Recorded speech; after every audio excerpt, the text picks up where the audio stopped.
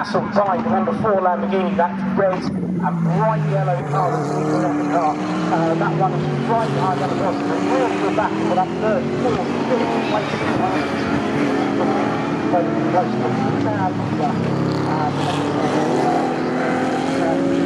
Just edging away from that. Certainly getting a bit closer because it does look like Peter Ursig in the number 9 is catching up to the back of that number 88 McLaren, and the LDR8 certainly after that little bit of a stumble at the Wilson hairpin first time around, as they come across the start finish line with us now. They are certainly the number 9 car. That Audi R8 is a little bit closer. The Campbell Fenwick car has got, the 23 has now got into a firm 4th place and certainly did get ahead of the number 8 Porsche. So as they head around the hairpin and back down towards us, the number 10 car has got, last time across the line it was nearly 3 seconds already.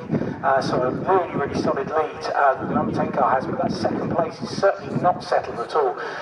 It is the 88 holding it at the moment. That bright red McLaren is holding the second place in a relatively firm and comfortable position at the moment, but Peter Ursig is certainly putting the pressure on in that Audi R8, and yesterday these were the names we were talking about quite a lot, incredibly competitive cars, but it's great to see Peter Ursig putting quite a bit of pressure on. There's other changes further down the order as we go into Agostino. You can see quite a few cars side by side at the moment, and we'll be able to give you an update on who the forms are at the moment.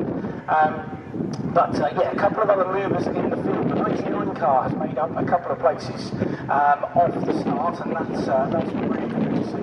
That was a car that podiumed yesterday as well, so really, really good start. And another car is a 2 car, the 73, that made up 3 places, as has Gads in 81, made up 4 places on the start. And that first off the time. The leader's back now with us.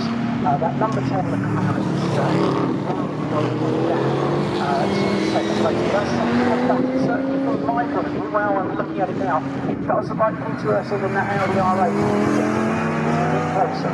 Yeah, definitely so, and of course they'll be handing the car over to the pro driver Marcus Button in the pit stop. Of course that does mean they're going to have an amended pit stop time. Basically those that share the car with the pro driver with sort of fair share rules and things like that, in the pit lane they have an amended stop time based on obviously how highly rated their second driver is. So that is going to disadvantage them ever so slightly.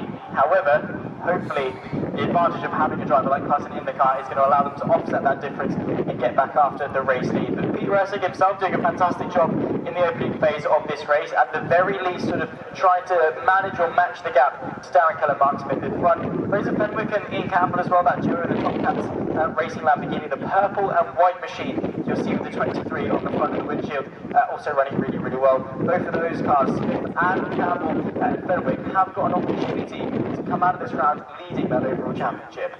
Yeah, you talk about that number 9 and the fact that Peter Ursig has now got Clutton in the car with him, which is something that wasn't here yesterday. Now, Peter Ursig was pretty competitive yesterday, in fact very competitive, he finished on the podium. So actually, what difference does it make? You're right, there is a little bit of compromise in that pit stop time. However, having a driver of the talent and experience that Clutton's got is going to really change things. So Peter Ursig on that Audi R8, the number 9 car, actually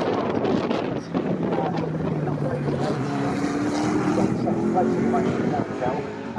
he can make a dent in that now, it's certainly, I would expect Clutton, when he jumps in the car, to be incredibly competitive. Hopefully get to the 2 cars, second place, and maybe still to make the approach into that which at the moment is just over 4 seconds.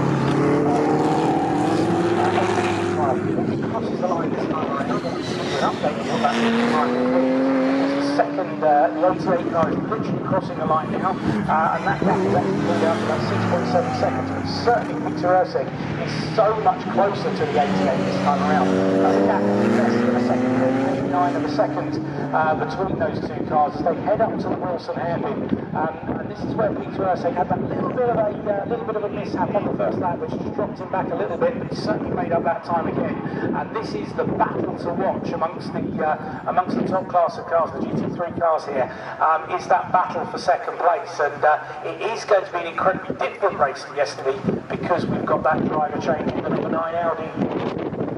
We do indeed, so that's going to throw a spanner into the works. And of course, Mark is quite a very experienced driver in of himself, but yeah, it'd be interesting to see what that battle can be in the opening phase of this race. We saw very tight race actually over the course of yesterday in a similar fashion. Of course, it was Mark Smith that sort of bolted away up in front, then the pit stop set him back a little bit, then after that he was able to cruise away for victory. Will today be slightly different, of course, potentially so. Darren Kell actually saw a clip earlier on as a flashback to the Donington Park round where Darren Kell and Mark Smith were side by side across the line in Donington Park. So Darren Kell definitely has got the pace to match with Mark Smith. It just seems that around Snetterton, Smith has got the advantage over the rest of the field. Of course, got a little bit shaken up yesterday with the wet weather, but all in all, he's just been the driver to beat.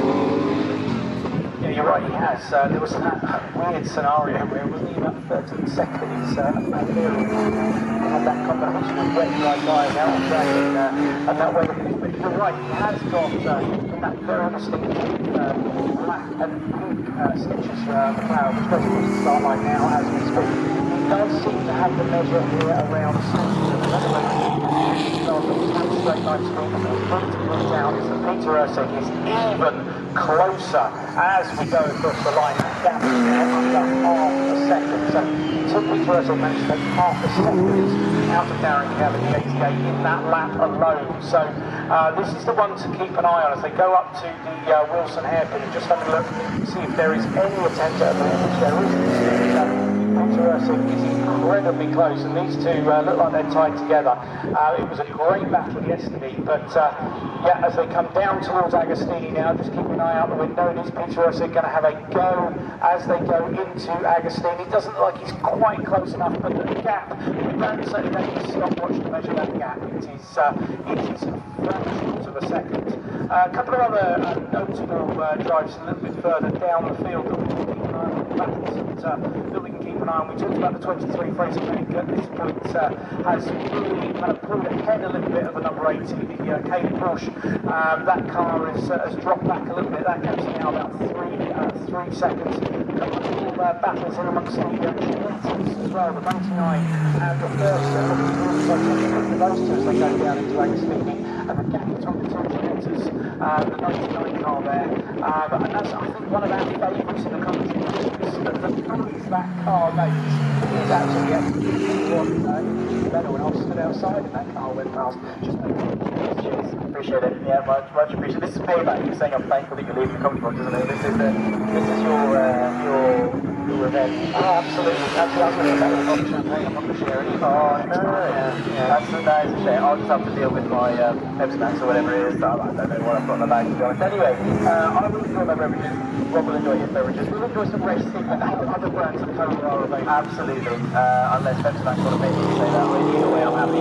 Nonetheless, the crystal line once again, McLaren and Darren Kell versus Peter Ursig, and that gap badly closing. Now just a couple of tenths of a second. Of course, we've got the V8 powered McLaren versus the V10 powered Audi. Of course, with the engine of the Audi, of course, with the mid-engine, of course, allowing it to sort of really plant those rear wheels down into the ground, give it that agility, and even in sort of sim racing and translating into real life as well, the Audi really with that mid-speed acceleration, applying the power off of the exit of, say, Harbour, maybe even to the exit of Hamilton and Doggies. Really, we're going to be really strong at applying that power. That's where he's going to really capitalise on gaining where it comes to getting past Darren Kell potentially.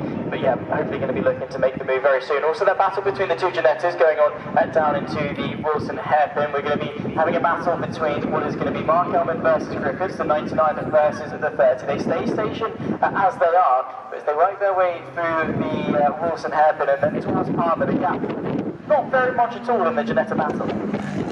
Expecting a little bit of a dive there when coming to Agostini. Those two cars have been incredibly competitive. If they can keep this up over 50 minutes, that will be really impressive. They are absolutely on it. A couple of other little things to keep your eye on. The pace course, the number 8, being caught by the number 4 at the moment, and they are both being caught by the 81 of Gad. So that's number 4 Lamborghini in that red and that burgerized yellow when you look at it, fluorescent yellow car, very distinctive, and that one is gradually being caught by Gad in the 81. So that's certainly another battle to keep an eye on. So we've got battles all the way through the field here. That Ginetta one, but we're going to cast our eyes over towards our second place battle, sorry, that crosses the line of speed, and it does look like Darren Keller's just edged out a little bit more. That time by the battle out by another 0.3 of a second, so it's 0.8 of a second as those cars head up to the Wilson hairpin, and again Peter Urson's able to wheel that car in. They go well around that hairpin, and those, as you mentioned, those slightly twisty bits of the circuit, maybe slightly shorter wheelbase, is the thing to have. And those two now, yet again, nose to tail. And Peter Urson's certainly giving Darren Kell the hurry up in the 88, and those two look like they're having a cracking battle as the Ginettas. Another great battle, those two. And that's one to keep an eye on wherever you are around the circuit. It's that number 99 and the number 30 car. The 99 is that black and gold Ginetta, sounds great by the way, and the number 30, the white Ginetta. Those two are also nose to tail, but our battle for second place is hotting up, and it's now heading on to the Medley Straight. It is indeed. Also just got some news, the black and white flag was shown. It's the number 30 of Simon Griffiths in the Ginetta involved. That's why Mark Elman versus the 99. So it has got to be careful to not find himself picking up a penalty any time soon. That battle makes its way through the Bundle and Nelson chicane now. It's still Darren Kell that's able to lead ahead of Peter Ursig, but you can see that Audi R8 incredibly close. They make their way back into sight. Mark Smith blitzes past the Commerce box. He's a country mile quad. However, there's still a pit lane times and things to come into fruition. And also the pro driver of Marcus Button jumping into that number 9 Audi R8. We could still see some more competition in the GT3 class. Back down the pit straight once more. Let's see how close the Audi R8 is tucked behind the 720S. The Orange 88 versus, of course, that number 9 machine. Going in towards turn of 1, of course, until people can see them going into Richie's corner. Now towards Wilson at turn number 2. Again, you also something to get past. But then this is part of that compromise in sports cars, isn't it? He knows he's got an incredibly quick driver he's going to hand this car over to. Does he want to make a mistake and dive up the inside and potentially damage the car and risk it? No, of course he doesn't. So he will wait for an overtake that he can make. If not, keep himself right up on the gearbox of that 88 McLaren, keep right with him, hand the car over.